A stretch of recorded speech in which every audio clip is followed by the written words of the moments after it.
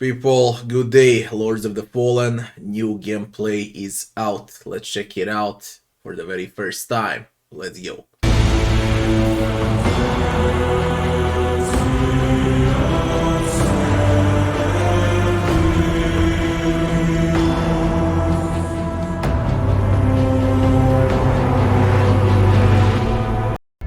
Welcome to Mornstead, a prominent region within the vast and sprawling world of Lords of the Fallen. In today's extended gameplay walkthrough, we're sharing an exclusive look at just some of the diverse and harrowing areas you'll journey through in your epic quest to overthrow Adir, the demon god.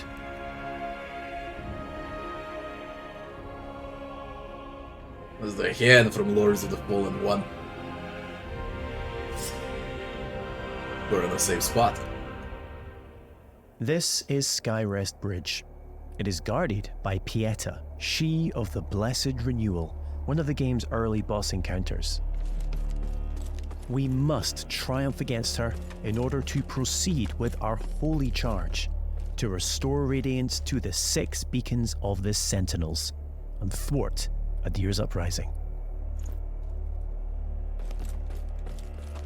O holy Aureus, by your radiance grant me the strength to continue to endure these dark days, to lay bare the path to salvation. And yet you now appear before me, a stranger, a betrayal made flesh, and one I cannot brook.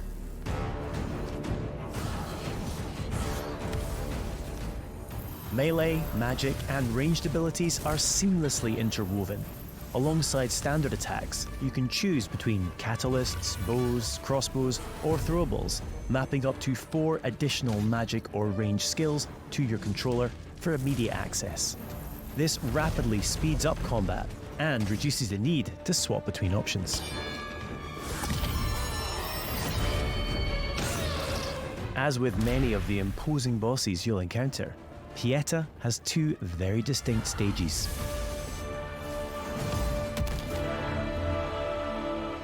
Death is not necessarily the end in Lords of the Fallen. When slain in Axiom, the realm of the living, you'll resurrect in Umbral, the realm of the dead. We now have one final chance to survive.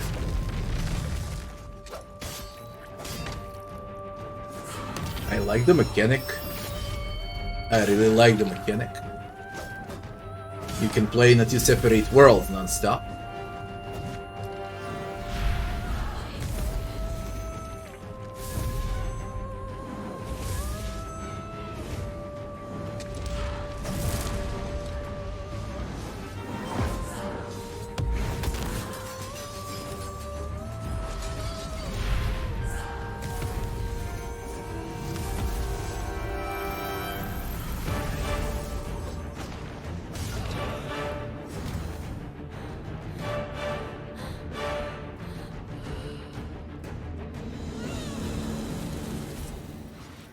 Though few and far between, these flowers denote special patches of ground upon which we can spawn a resting point, known as a vestige seedling. These come at a significant resource cost, however, and we can only spawn 1 at a time. The realms of Axiom and Umbral exist in parallel. Each world features its own unique pathways, enemies, characters, and, of course, treasures. We can now use this crafted vestige to return to Axiom.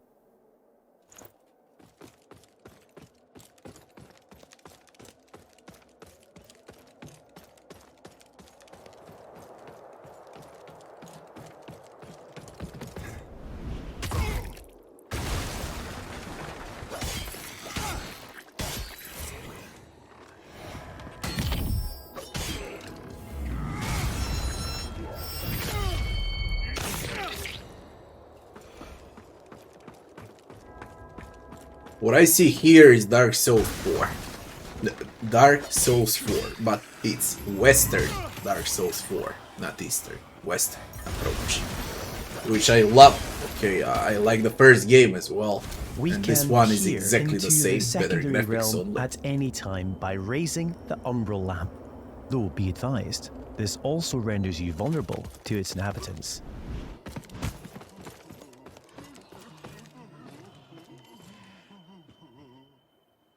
We will now use the lamp to cross over to Umbral, though doing so will consume one of our 2 lives, and it isn't so easy to return to the world of the living.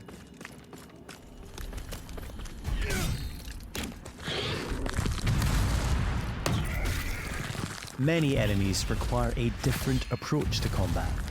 This mendacious visage, for example, is only vulnerable when attacked from the back, or when it reveals its true form.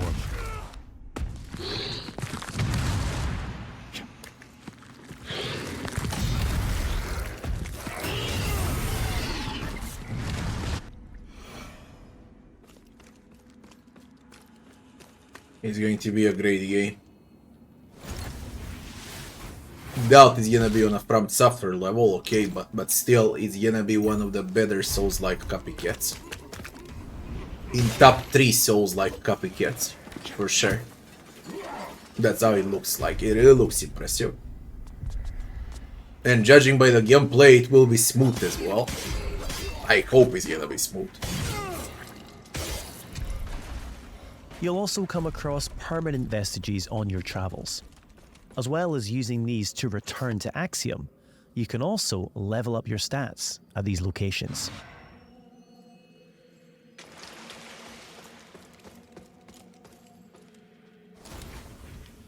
Three schools of sorcery can be mastered: Rogar, Radiant, and Umbral, each specializing in a different area of the arcane and requiring a different catalyst to cast.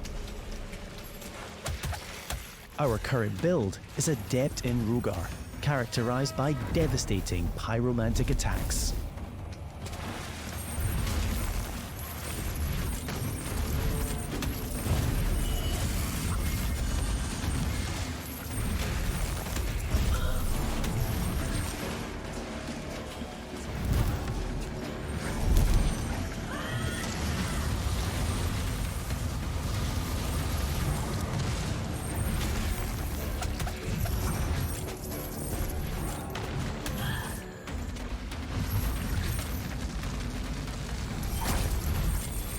Look, for me, it's enough to see the gameplay for like 5 minutes to decide if I want to buy the game or not.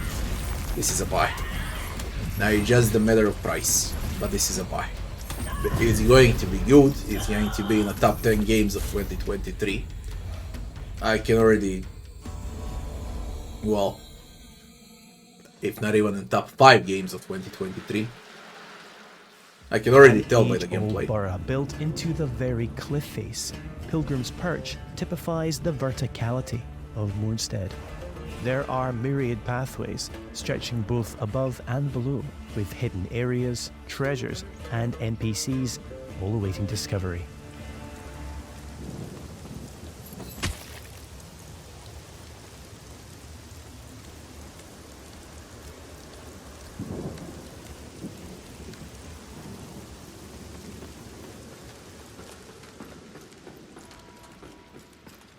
Truth be told, I never wanted to play Elden Ring. I wanted Dark Souls 4. This is the closest to Dark Souls 4 that you'll get.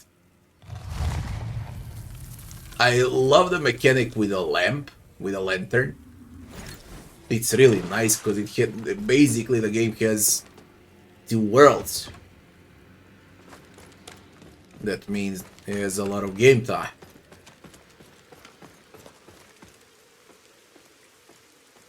From what I've seen so far, it's a buy. And I'm rarely wrong. I like it, I really like it.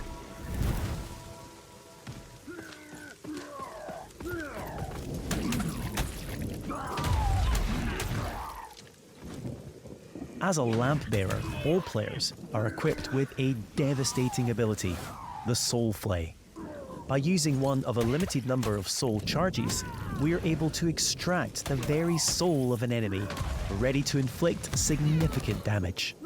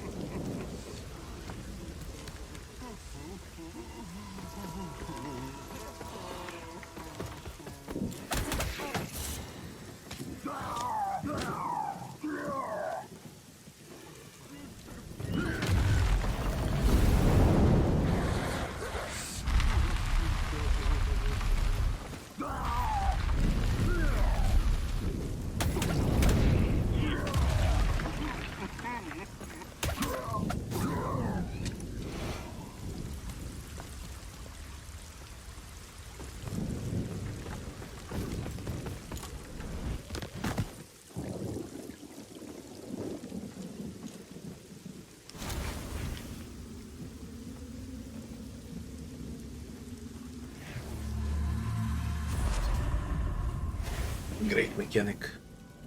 Really a great mechanic. The Soul I Flay love it. ability can also be used to manipulate the very environment when in Umbral.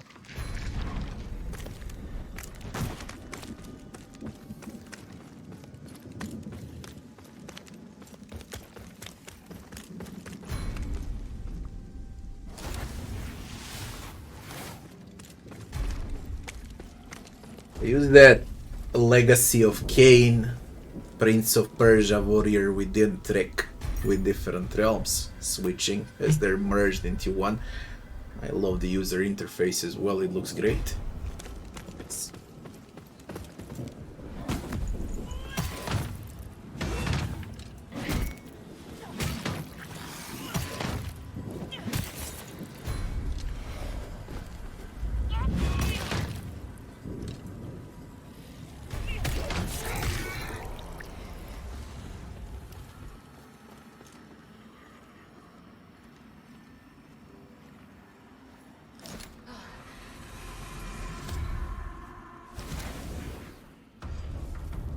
We now find ourselves in Lower Calrath, an ever-burning district renowned for its displays of barbarity.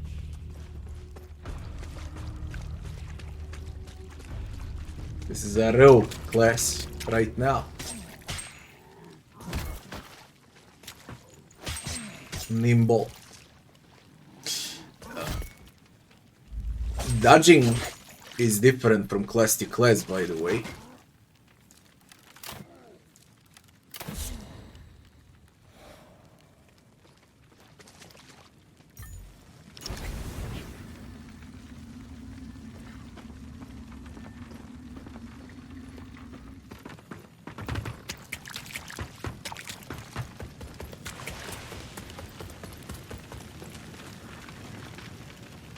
We're now going to invite a second player to join us on our journey. This is easily achieved at any of the vestiges. You can choose to fight alongside a friend or a randomly selected player. Either way, your co-op companion will remain at your side for as long as you or they choose. As a Radiant Sorcerer, our ally is able to buff either character with various enhancements.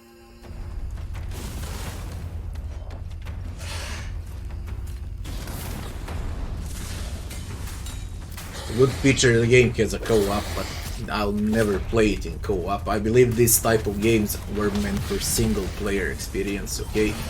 But of course I completely understand people that wanna play in co-op. The game will sell better if it has a co-op, because everything these days that has co-op and then you put a tag Souls-like will sell well.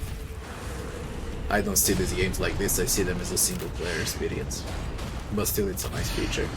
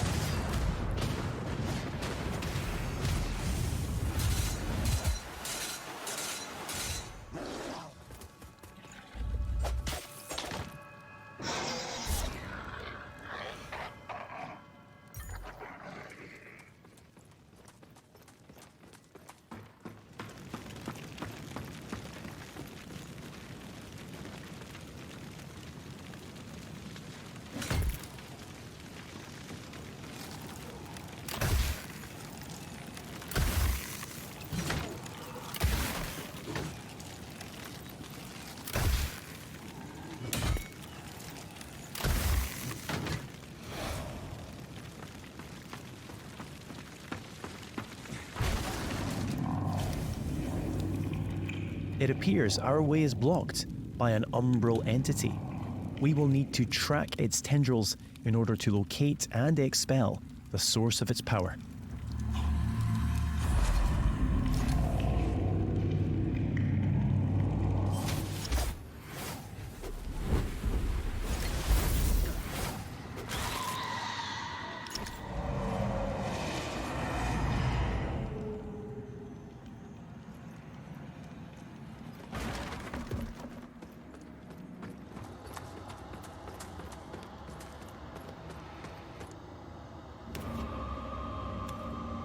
Finally, it's time to face off against the colossal. Nothing without a gigantic boss at the end of Scourge every of gameplay Calra. showcase if it's a Souls-like. I guess it's gonna be 3 meters high.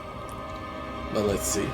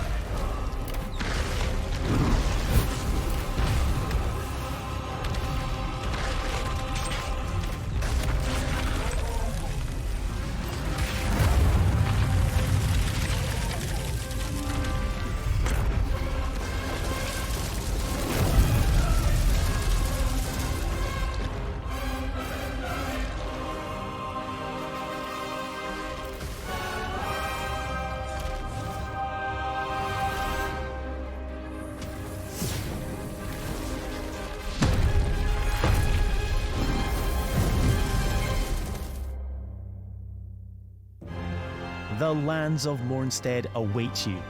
Pre-order Lords of the Fallen now and prepare to unleash the darkness on Friday, the 13th of October.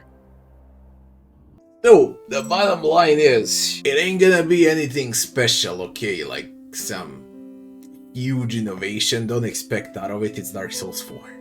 Okay, with a very cool mechanic that you can transfer from world to world, or how they call it here, from Umbral to something else. It doesn't matter. It's gonna unlock multiple possibilities and it can hide a lot of secrets and it's gonna unveil a lot of game mechanics, especially during boss fights, if you can fight them in 2 realms at once. Now that aside, story, I believe it's going to be like in every Souls-like, very confusing, but less confusing than in Eastern version of Souls-likes, okay, because this is Western version of a Souls-like. I believe the game will be extremely system demanding, but it won't have as many as bugs and glitches, seems like, judging by this gameplay. My personal belief, there will be replay value, there will be a lot of classes to test, and this should be like 30 hours long game, judging by what I've seen. We'll see if I was right on a full release. I love the user interface, it's really nice. As far as gameplay goes, it's classic Souls-like, nothing to add there. Everything that you expect out of a Souls-like is in the game. A lot of people will now probably say how combat animations are not good. They're not from software, okay? Which doesn't mean they're bad, you just can't expect from software animations in combat, but they're good enough, okay?